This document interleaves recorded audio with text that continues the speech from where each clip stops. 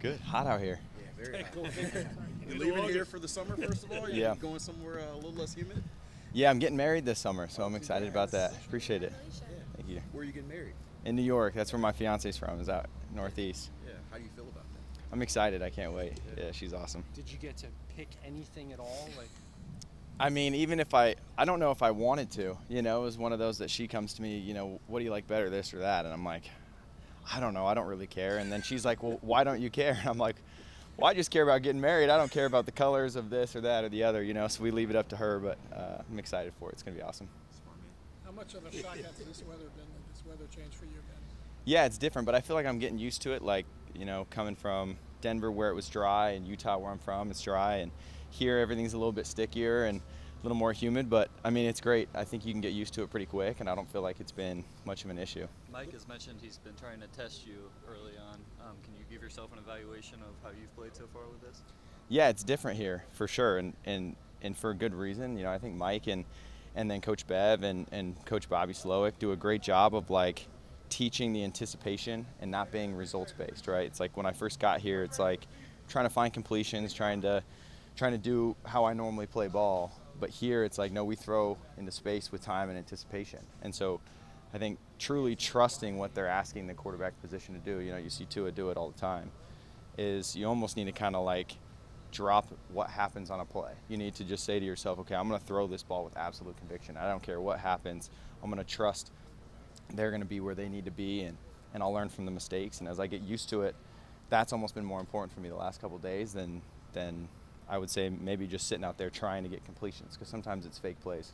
Mike mentioned earlier that with a guy with a strong arms, a lot of times you're throwing late just because of your arm strength. Obviously, timing's big here. Can you maybe quantify for us who don't play NFL quarterback, like the differences of trying to play as fast as this scheme asks you to play? Yeah, and it's crazy because I've never been like maybe told before at past places, hey, you're late.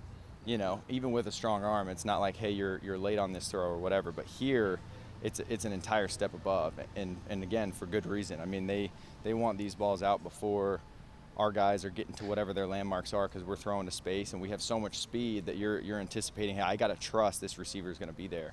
And they do a great job teaching it and helping us understand that that's how this offense is run. And so every single day, that's what I'm working on. The focus is to not care about much of the result, but just to every day is my mindset shifting to just playing with conviction and just letting it rip.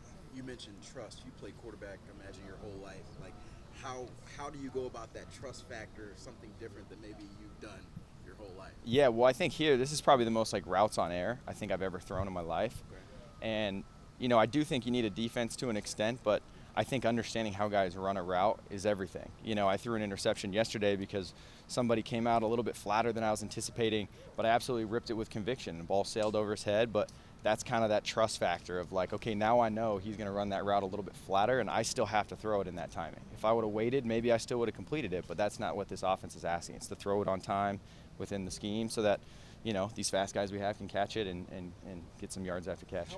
How big is that learning curve going from what you're used to this offense?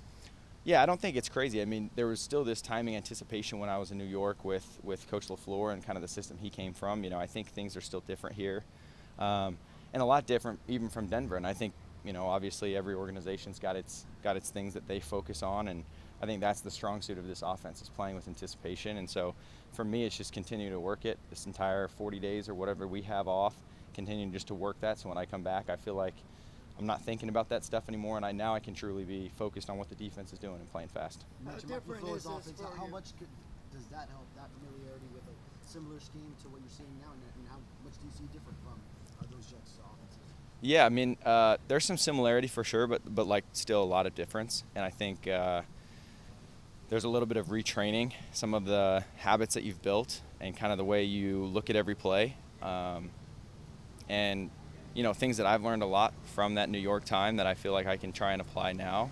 And so for me, it's going to be just progressively every single day trying to get better at what this offense is asking me to do. You were able to hit some downfield passes today. So do you feel yourself getting more comfortable just practice after practice, rep after rep? Yeah, totally. And I feel like I've had some flashes of like good plays, letting them rip early, whether a receiver slips or maybe it was the wrong decision or whatever it was. Like, I'm trying to judge myself right now based off of like, did I throw that play with absolute intent? Did I see space and did I let it rip? And if it was the wrong decision, I'll learn from that one and be able to apply it to the next one. I know What that about you and your Tua. general? Oh, go What ahead. That's about your Hal. general mindset? Coming from New York, the fishbowl. I don't have to tell you what that's like.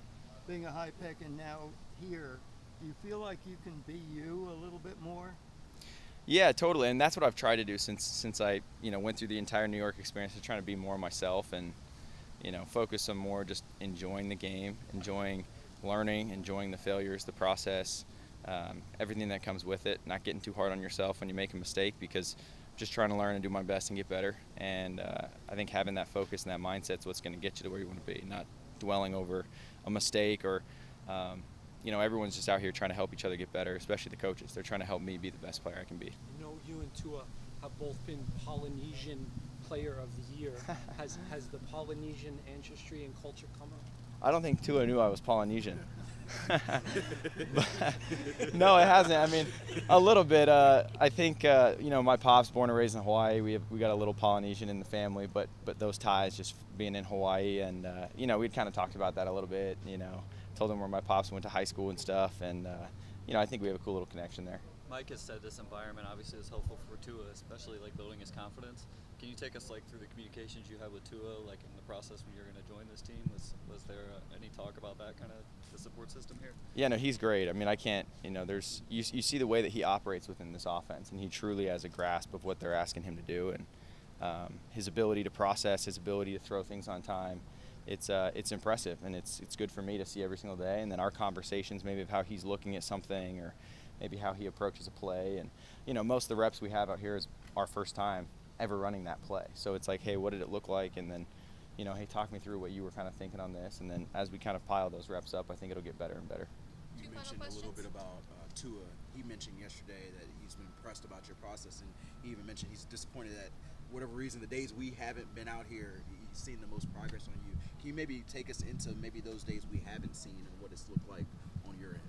Yeah, I think still a lot of growth. I mean, I felt like early on, like I said, trying to find completions, but sometimes I'll go to the right guy, but it's like, hey, this isn't fast enough. So from a coaching standpoint, that's not a good rep. It's like, okay, if you guys are watching, it's like, okay, you completed the pass, but that's not a good rep. And so for me, it's trying to am I playing within the timing of the play? Am I getting to where I need to go within the timing of the play?